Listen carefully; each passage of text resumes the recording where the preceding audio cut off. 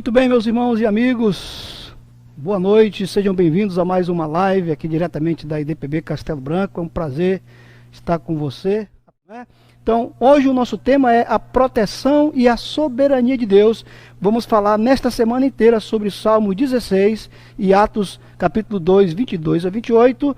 É importante que você já vá se arrumando aí, pegue sua Bíblia, sua caneta e caderno na mão, para que a gente possa daqui a um pouquinho compartilhar essa palavra que vem poderosa para o seu coração nesta semana. Amém? Vamos lá, queridos, então eu quero convidar você a abrir sua Bíblia no livro de Salmo, capítulo 16. Nós vamos, ao longo dessa semana toda, estar trabalhando este salmo.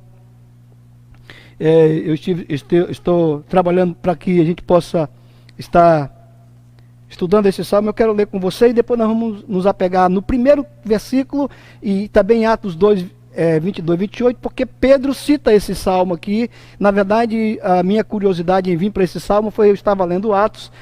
Então, quando Pedro cita esse texto no seu depoimento, no seu discurso, na sua mensagem, lá em Atos capítulo 2, ele menciona esse texto aqui e eu achei bastante interessante e eu quero compartilhar. E vamos sempre estar fazendo essa dobradinha, Atos 2, 22 a 28 e Salmo 16, tá, durante essa semana, tá bom? Vamos então à palavra de Deus que diz assim: Guarda-me, ó Deus, porque em ti me refugio. Digo ao Senhor, tu és o meu Senhor. Outro bem não possuo, senão a ti somente. Quanto aos santos que há na terra, são eles os notáveis, nos quais tenho todo o meu prazer. Muitas serão as penas dos que trocam o Senhor por outros deuses.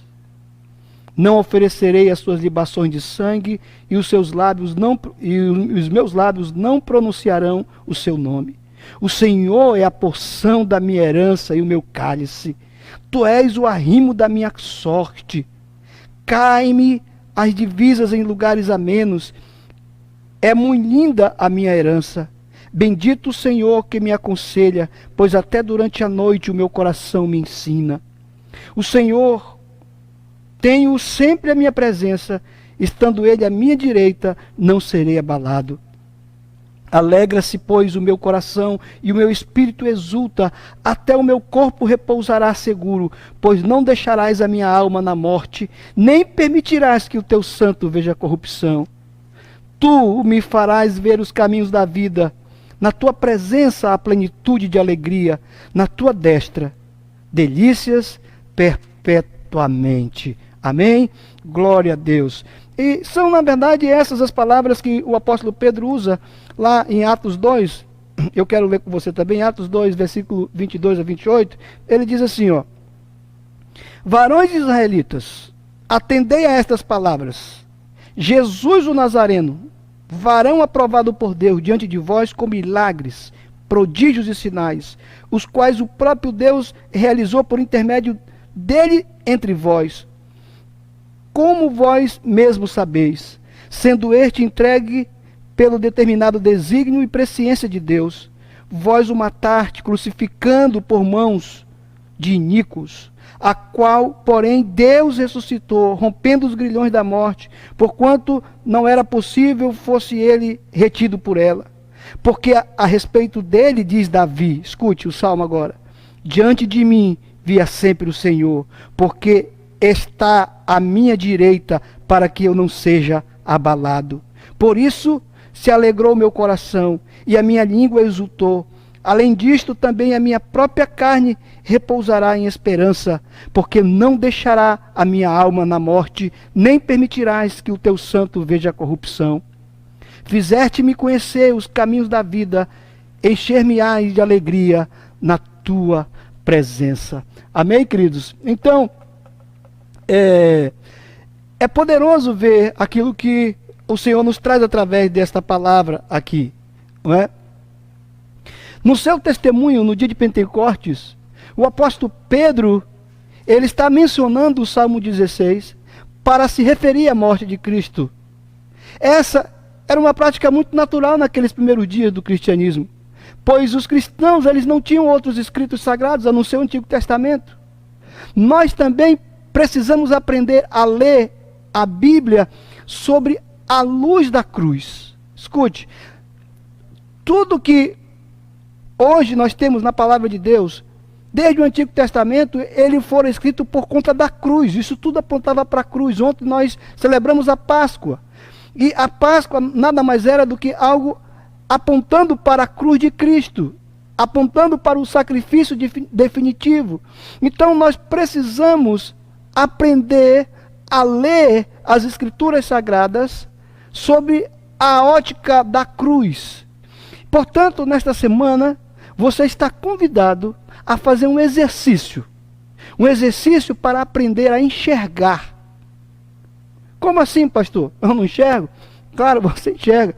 Mas o que acontece? Nós vamos ver hoje aqui, é que muitas vezes nós estamos vendo, mas não estamos enxergando aquilo que de fato nós precisamos enxergar através da palavra de Deus. Então, eu quero fazer um desafio para você já.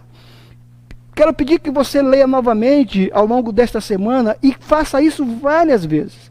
Leia todo o Salmo 16. E junto com o Salmo 16, também leia Atos 2, desde o versículo 2 até o versículo 28. Não é? Atos 2, você vai ler Atos 2, 2 a 28, e você vai também ler o Salmo 16 como um exercício, buscando a revelação, a luz de Deus através da cruz de Cristo. Amém?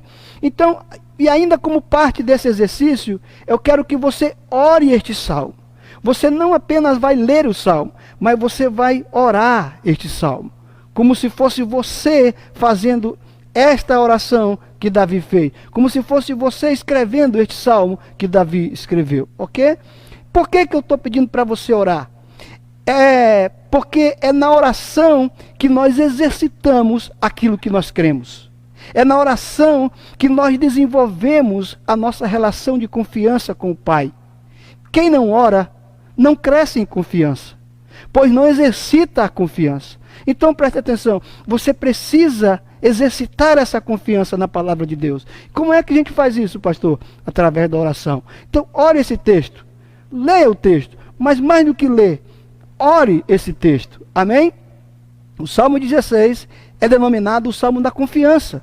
Portanto, mais uma razão para que a gente possa de fato orar esse salmo, para que a nossa confiança possa ser exercida completamente no Senhor. Esse é o seu desafio para essa semana também. Ler o Salmo 16, junto com o capítulo 2, né, especialmente do versículo 22 até o versículo 28, tá bom? Muito bem. Então, é com base nesse salmo que nesta semana nós vamos meditar acerca da relação entre a soberania de Deus e a proteção de Deus. Nós vamos meditar durante toda essa semana, até sexta-feira, nessa relação, sabedoria de Deus e proteção de Deus, que são, na verdade, elementos da própria confiança, essas duas coisas.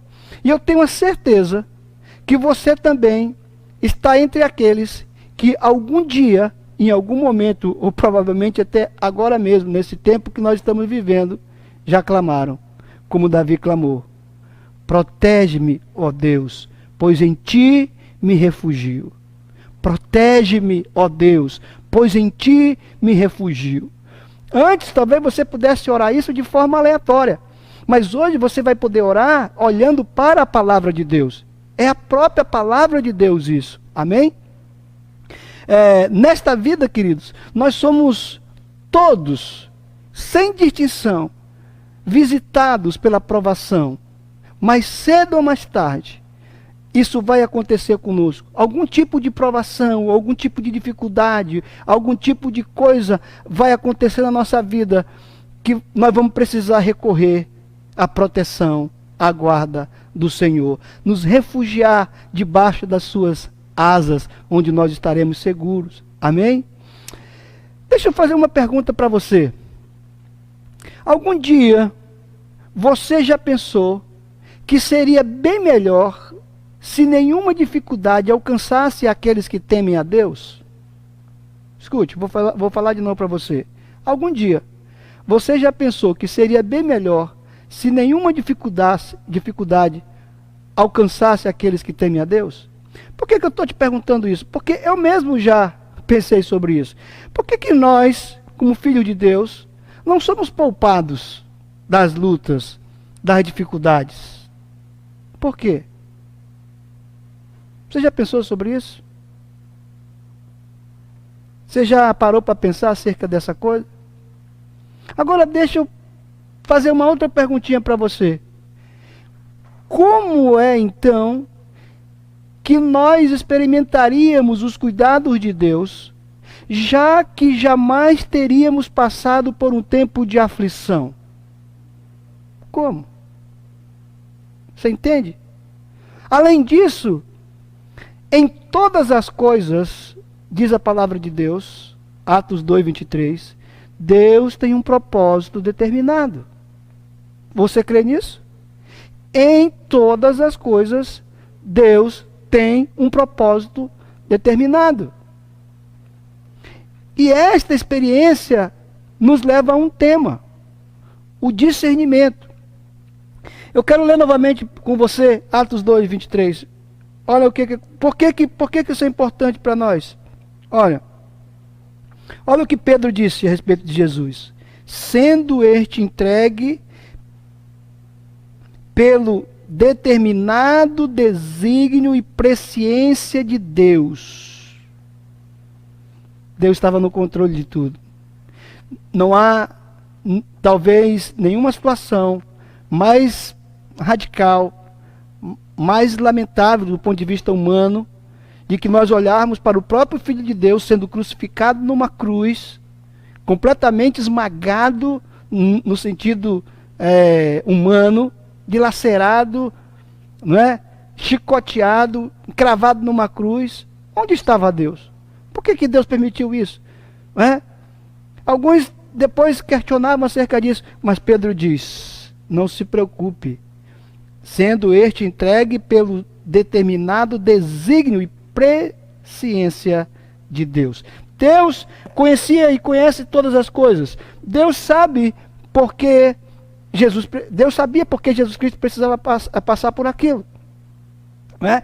Então, pensando nessas coisas, nós somos levados a um tema bem interessante, que é o discernimento. Nós precisamos ter o discernimento das coisas. Muitas vezes nós falamos alguma coisa sem discernir de fato aquilo que Deus está fazendo. E aí eu posso perguntar para você, você sabe o que é discernir? Você sabe o que é isto? Sabe o que é ter o discernimento correto das coisas? Discernir, em outras palavras, em palavras mais simples, é enxergar além das aparências. É enxergar com clareza. Enxergar com clareza. Sabe, queridos, quando a gente é novo, quando a gente é mais novo, a gente vê melhor com os olhos. Mas é interessante que quando a gente vai amadurecendo, a gente começa a enxergar com o coração. A gente já não enxerga com os olhos, já não é o que a nossa mente vê, não é o que o nosso olho vê, mas é o que o nosso coração vê. Eu me lembro que, para dar um exemplo para você, nós estávamos de férias, eu, Neves e Damaris, e saímos de Curitiba para Foz do Iguaçu, e eu me lembro que a gente pegou uma pequena serra, e aí houve uma serração, ficou muito nublado, e a gente não conseguia ver um palmo assim na frente, e eu continuava dirigindo. Eu me lembro que a Neves perguntou assim, como é que tu consegue ver para dirigir, que eu não estou conseguindo ver um palmo na minha frente? Só que quando a gente vai acostumando a dirigir, quando a gente está acostumado com a estrada, a gente não dirige só naquilo que a gente está vendo, visualmente falando. As faixas da estrada nos guia, as placas nos dá a direção, nos dá também sentido para andar, as faixas nas laterais da estrada. Então a gente não está sendo guiado apenas pela vista lá na frente. É isso que eu quero que você entenda. Ok? Eu quero que você entenda. E por que eu estou falando isso? Porque eu disse para você que quando a gente é novo, a gente vê melhor com os olhos. Mas quando a gente amadurece, a gente começa a enxergar com o coração. E isso tem muito a ver com a realidade espiritual. Por quê? Porque Deus tem um propósito em tudo que faz. Se eu tivesse aqui, se você tivesse aqui comigo na igreja, eu ia dizer para você assim, repita para a pessoa que está aí do seu lado. Deus tem um propósito em tudo que faz. Deus tem um propósito. Ele sabe por que está fazendo o que está fazendo. Aí eu te pergunto, você acredita nisso? Você acredita nisso? Pense e responda.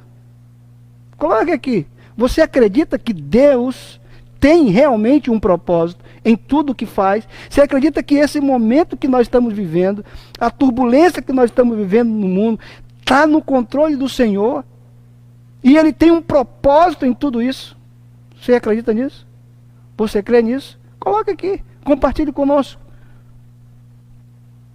Para ver se realmente você entende aquilo que Deus está fazendo. Então, queridos, nada na criação é sem propósito. Nada.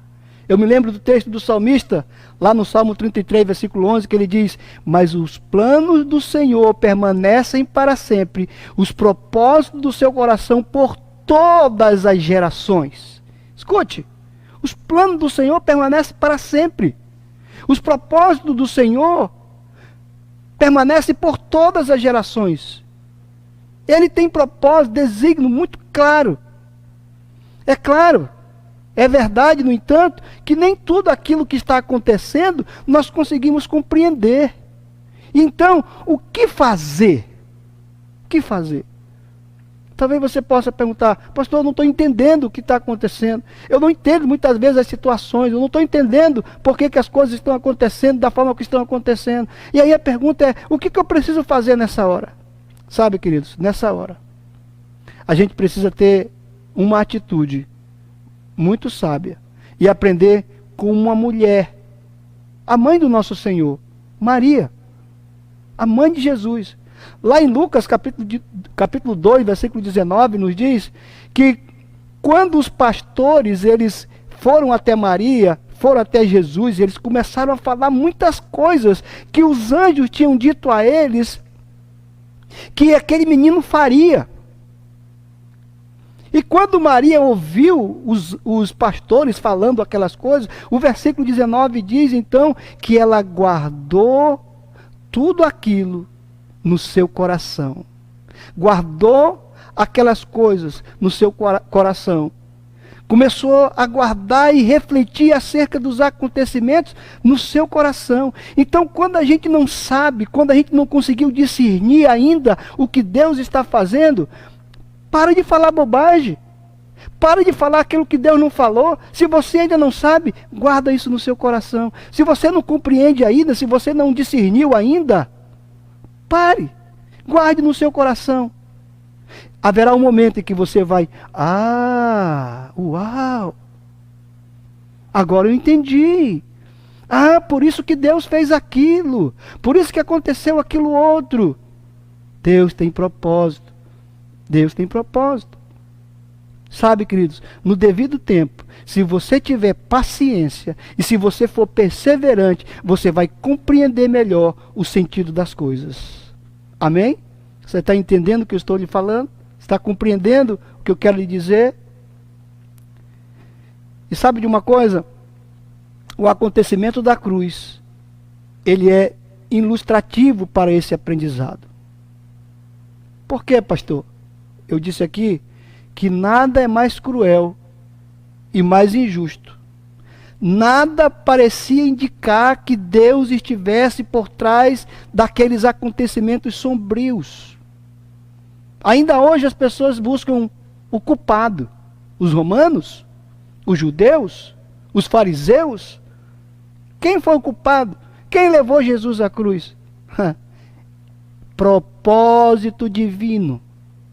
E aí Pedro, falando por meio do Espírito Santo, ele diz, no texto que nós lemos aqui: este homem lhe foi entregue por propósito determinado e pelo pré-conhecimento de Deus, pela presciência de Deus.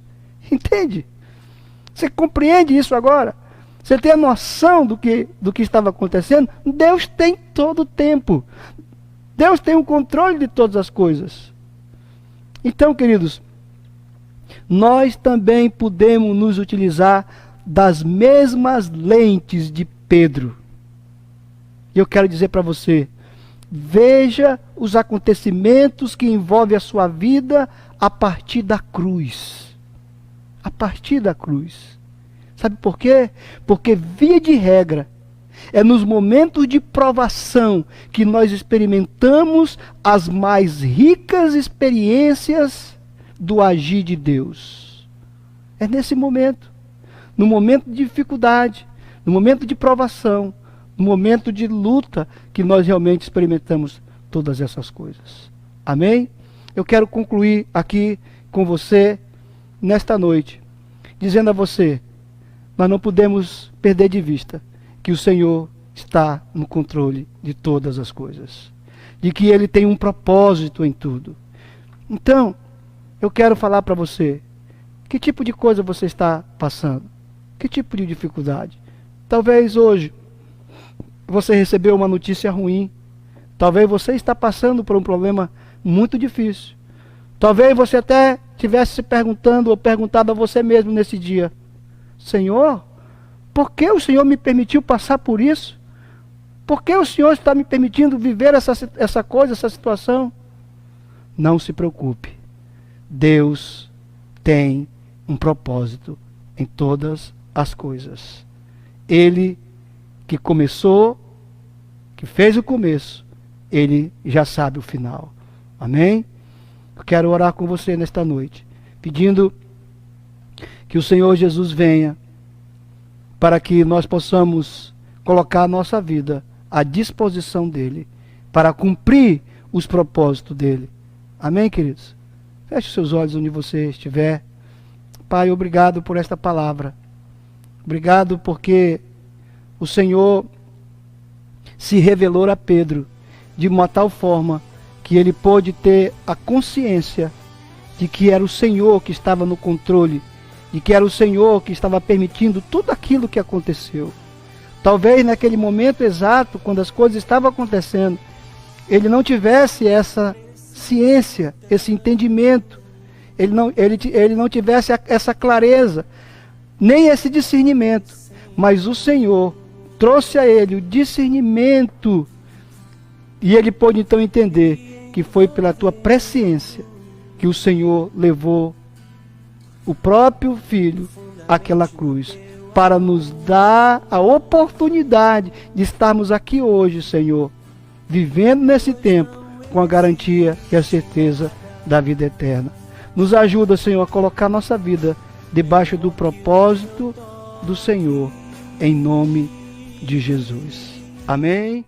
Deus te abençoe, um grande abraço, que o Senhor possa proteger sua casa, proteger sua família e que você possa ser abençoado pelo Senhor em nome de Jesus. Deus te abençoe, até amanhã no mesmo horário, né, e por esse mesmo canal, em nome de Jesus. Um grande abraço, um beijo no coração, até amanhã.